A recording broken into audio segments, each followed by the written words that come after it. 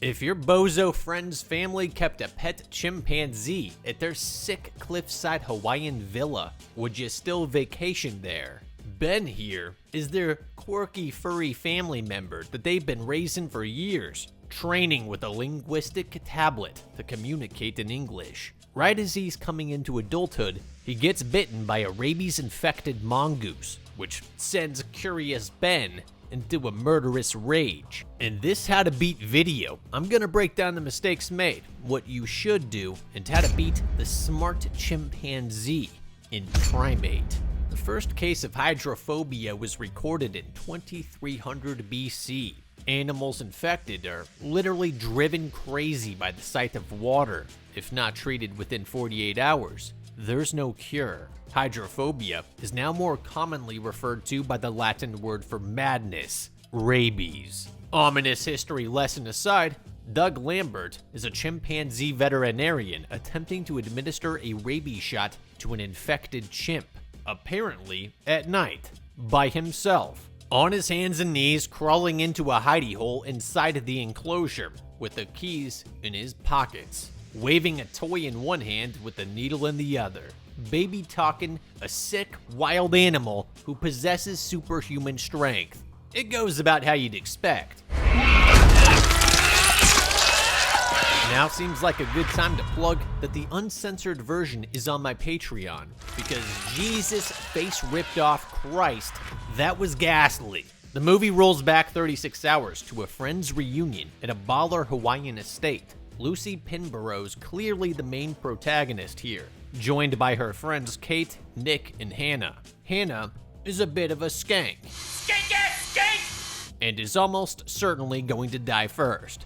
Lucy's dad, Adam, is deaf and communicates through sign language. This will almost certainly be a massive hindrance at a peak critical life and death situation.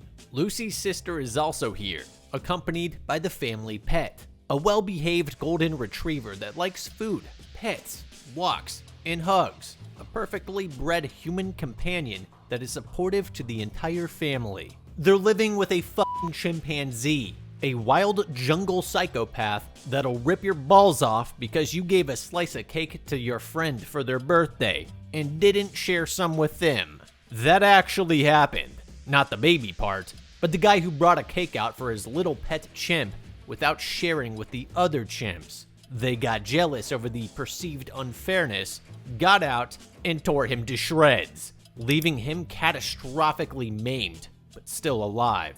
Nerds, your post-Super Bowl couch fully dusted with Dorito crumbs after watching a superhuman running back front flip over a 6'5", 250-pound defender into the end zone got you feeling motivated and inspired to embark on your own natty journey to become a physical specimen? You're definitely gonna want a sick song crescendoing while you PR. So grab a pair of Raycon's Essential Open Earbuds. This message is sponsored by Raycon. The gym can be a bustling place. Dudes asking to work in, complimenting my PRs, which happens all the time, or joking with my gal between sets. Raycon's Essential Open Earbuds are a godsend. Unlike the regular in-ear buds, these open ones are open. No way! Where regular earbuds block out everything, Raycon's buds sit just outside my ear canal, enabling me to hear all without having to hit pause or take a bud out every time someone says something. These buds are so lightweight and combined with the ear hooks, they don't jostle around or fall out, even when doing explosive handstand clapping push-ups. Sorry, I don't have a clip of this though. The boosted awareness of my surroundings with the Essential Open Earbuds means I can detect if someone's trying to steal my 45-pound plates, and with 8 hours of playtime and 36 hours of battery with a charging case, I never worry about charging. Raycon has over 3 million customers, and the sound quality is just as good as the way more expensive brands. They're half the price because they're not paying for celebrity endorsements and all that retail markup stuff. And if you don't like them, they have a 30-day guarantee. The Essential Open Earbuds are here to help you go for gold. Go to buyraycon.com/nerdopen to get 15% off. Thanks Raycon for sponsoring. The problem is that the same intelligence that chimpanzees possess, the intelligence that enables them to play Farmville on your PlayStation Portal and makes them attractive to bozos who want to raise and study them as a quirky, furry, curious George family member, is the same intelligence that enables chimps to feel jealous, disrespected, deceived, betrayed, challenged, and stressed. And when they catch those feelings, they'll attack you. Not solely just to kill you, but to make you suffer, to take away the things that you value and need. Your face, your genitalia, your hands, feet, eyes, nose.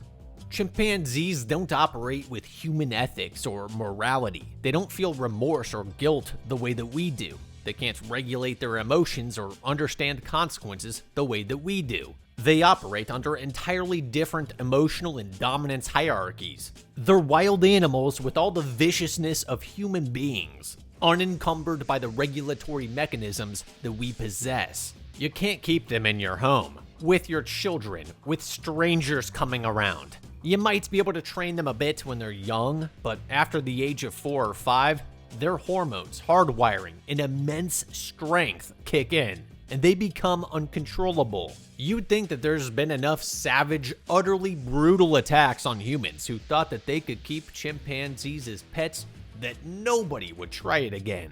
You would be wrong. This is Ben, and he's part of their family. The first night, while Hannah's chilling by the pool taking in the beautiful night sky, little Ben sneaks up next to her and grabs her arm.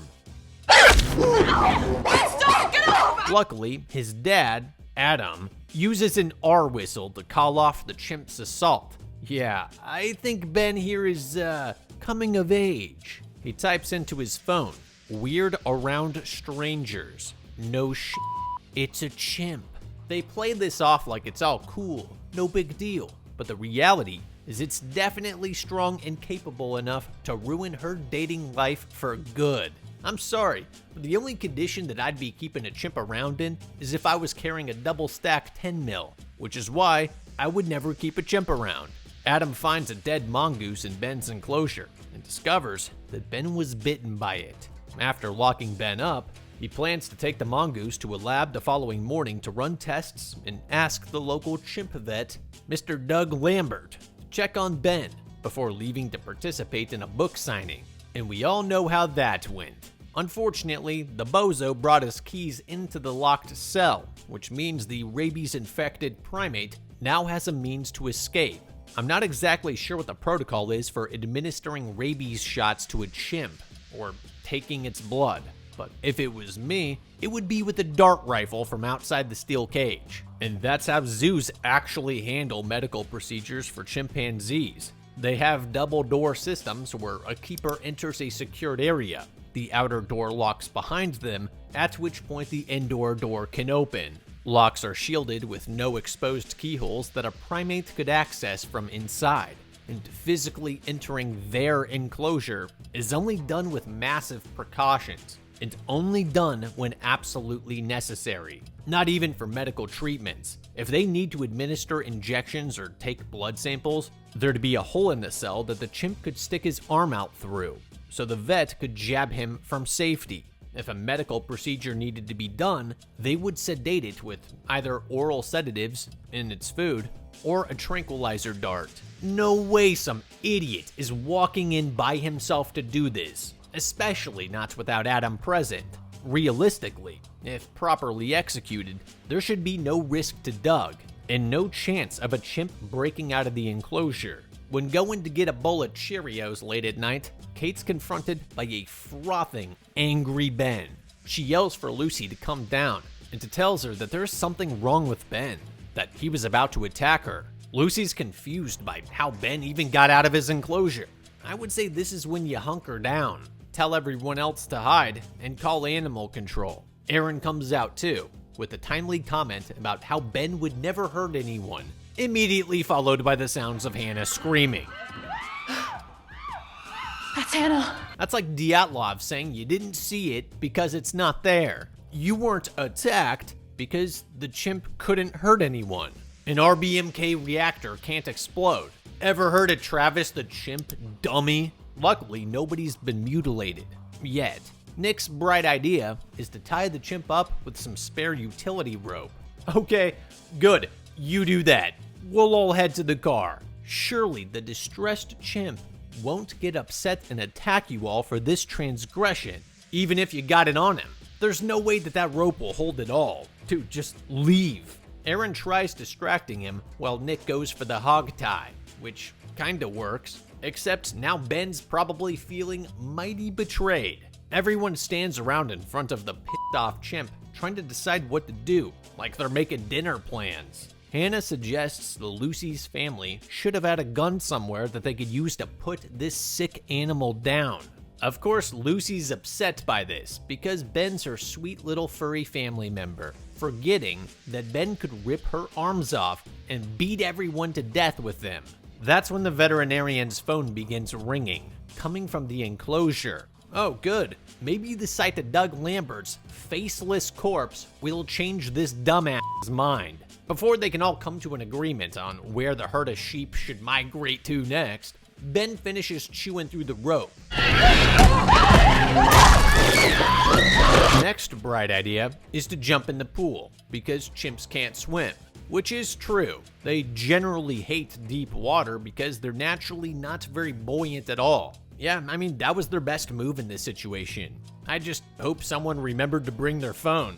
Now stuck waiting in the pool with an angry chimp puppy guarding them, Hannah asks the question, can chimps get rabies? Hilariously, the supposedly dumb bimbo is actually the most intelligent one here. Lucy is utterly dumbfounded, caught severely lacking in chimp knowledge for someone who should be an expert, considering she's been living with one in their home for years. The answer is, of course they can. Adam, Lucy, their entire family absolutely should have been concerned by a wild animal biting Ben in the first place, and anticipated that Ben could have become infected.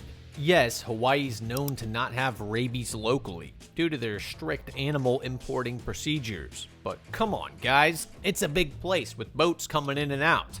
Wild animal bites like this shouldn't be slept on. Now, all this being said, the incubation period for rabies isn't measured in hours. It would take weeks. So Ben likely wouldn't have become rabid and aggressive this quickly. It's more likely that he's just a chimp. They're already capable of extreme aggression without rabies. Realistically, he'd be more likely to simply be jealous and distressed by all the strangers in the house, with all the weird love triangle drama dynamics playing out with Hannah kissing on Lucy's crush Nick. Hell, I wouldn't be surprised if Lucy's been talking Hannah to Ben this entire time, and Ben's just acting out on it. Combine this with Daddy Adam gone, that's a recipe for disaster. Well, if so, that backfired hard, because now Erin has a serious bite wound on her leg that they've managed with a t-shirt tourniquet. With no options left, they all start squawking for help like a bunch of helpless baby birds. Nick's third and final bright idea is to push the chimp off the pool edge to the jagged rocks 1,000 feet down. I think everyone watching here knows that's a bad idea. There's no way that you can generate enough explosive force coming out of the deep end of the pool. Ben is literally watching you come at him, knowing full well what your next move is, and he's stronger than you. Obviously, he's just gonna grab your arm, at which point he's got your ass.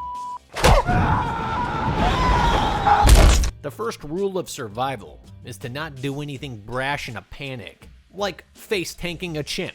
Do no harm, and use the time that you have to develop a proper solution that maximizes your life expectancy. On the bright side, that hoe Hannah can't pillow with your crush now. To add insult to injury, Ben starts laughing at their miserable attempt to kill him.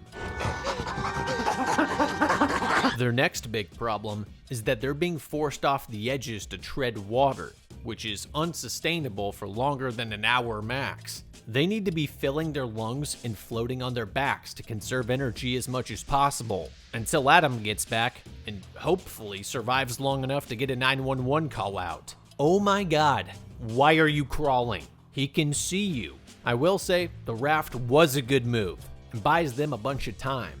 Now she's gonna go for the phone like the baseball and sand lot. Kate runs distraction. Lucy snags the phone, and they make it back in the pool. And apparently the screen is so cracked that the keypad won't work. It'll only allow them to click on one of the recent calls, which makes zero sense. It's the same screen. Okay, maybe just the top of the screen works, sure. And maybe they can't scroll with that little section at all. Whatever. Unfortunately, their most recent call was to the frat boys they met on the plane ride here. While they're distracted, Ben scales the rope supporting the overhead lights above them and grabs a fistful of Hannah's scalp. In all the chaos, they drowned their only means of calling for help. With nothing to do but wait, they all take a snooze on the raft. Personally, I would maintain a guard rotation so that someone was awake and could keep the raft from floating up to the wall. The last thing that we need is to be abruptly awoken by a chimp ripping one of our faces off. When they awaken, Lucy intends to risk her life to retrieve Nick's phone from the living room because she thinks Aaron needs to get to a hospital. Not a good idea. Again, the last thing that you need to be doing is risking more lives because you're getting emotional that Aaron feels weepy. As far as we can tell, she got a superficial bite. Nothing serious was hit, and the bleeding has been stopped, as evidenced by the lack of redness in the pool. She doesn't need to go to a hospital, at least not for a while, and certainly not if it means embarking on a deadly mission. Just stop. You don't need to do anything. Stop trying to play the hero, especially since the living room where the phone is a full floor up and across the other side of the house, and especially since you don't actually know where it is and have to go on an Easter egg hunt to find it. Naturally, they hit the remote by accident, which cranks on cartoons at full volume, drawing Ben to their location. They both rush to hide in the nearby closet, only for Kate to panic, flail at Ben's slightest movements, and knock over a bunch of crap at the worst possible moment. How hard is it to simply remain still? After Ben finishes snooping around and leaves, Lucy tries to make a move for the phone again. She's stopped dead in her tracks by the chimp tablet reading, "Lucy, bad," and Ben sitting on the overhead beam above her. Uh-oh. Kate whips Ben upside the head with an oar, and they both escape the room and lock the thick glass door behind them. I don't have a single clue why in the ever-loving fuck they wouldn't immediately sprint back to the pool. Oh, wait, I do. It's so Lucy can somberly stare at what her little Benny has become. Give me a break. It's a rabies-infected chimp who can rip your spine out like the Predator. Well, that stare session cost Kate her life.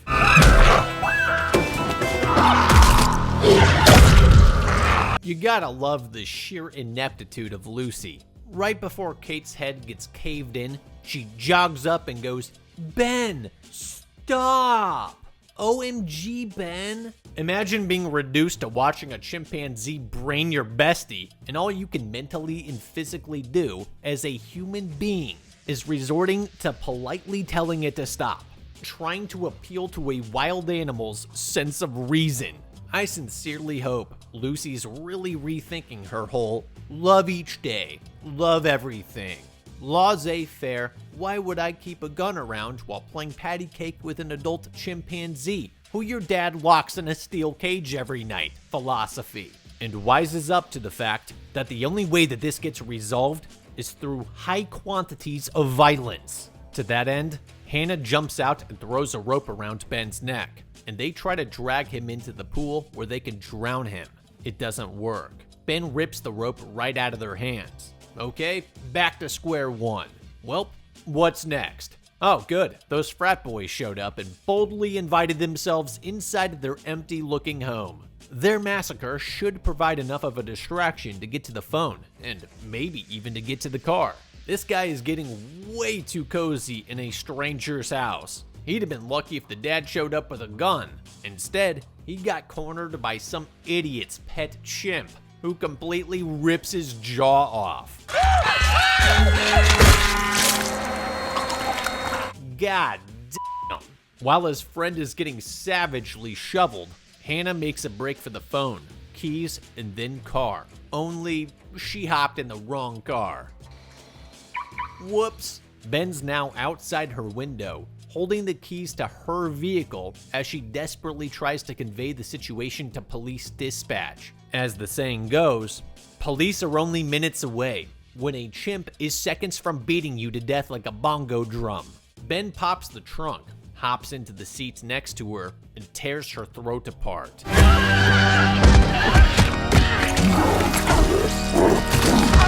The good news is, she did get the 911 call off.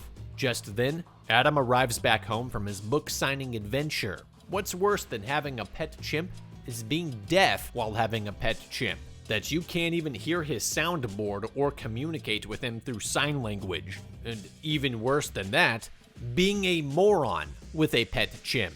Adam had gotten a call earlier from the vet about his chimp possibly having rabies, and now he can't get a hold of the man who visited the enclosure at his home, can't reach his daughter on the phone, and suspects nothing. He simply comes home and grabs a slice of cold pizza.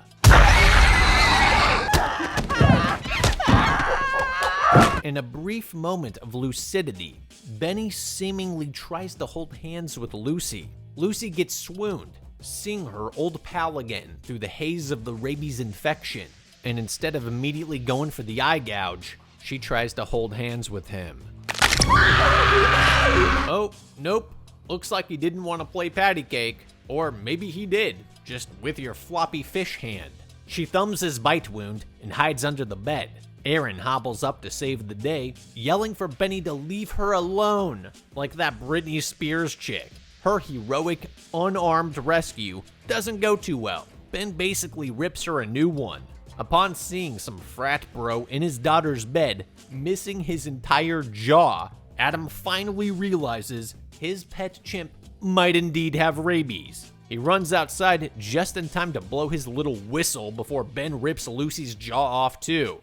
Dumb little whistle, Jesus Christ. It's a brawl. Lucy gets the upper hand with the shovel until the cheap piece of junk snaps, leaving her holding nothing but the handle, at which point Ben backhands her to the ground.